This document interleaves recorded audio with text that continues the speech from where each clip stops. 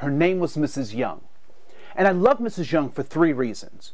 One, she drove a tangerine orange Corvette, and that was hot.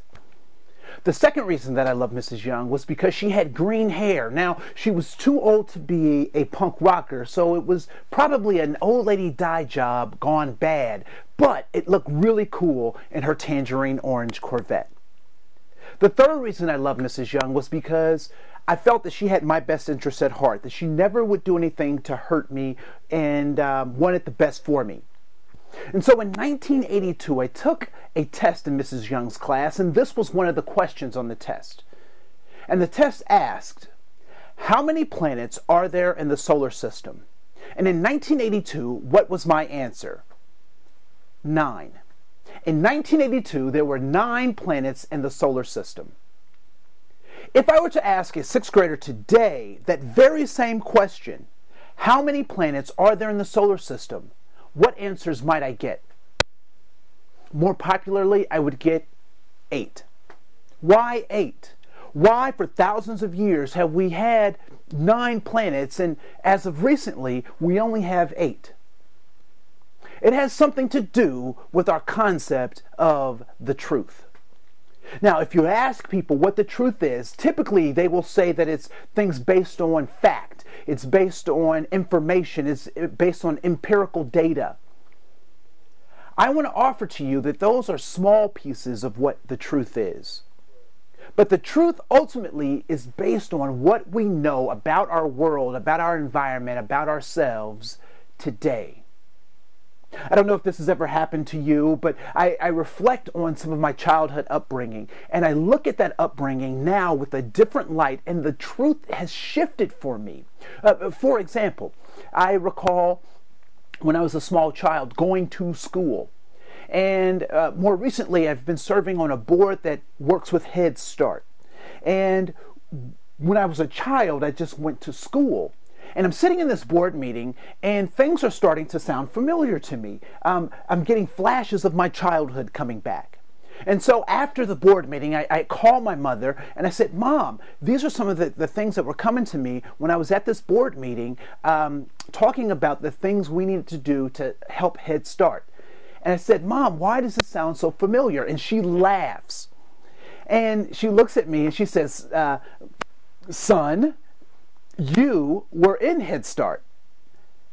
And all of a sudden, my whole truth about what it meant to grow up had just shifted a little bit. My truth had changed.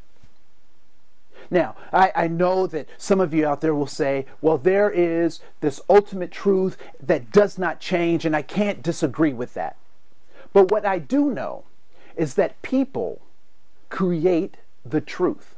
And one of two things either happens. Either you create the truth for yourself, or other people tell you what the truth is.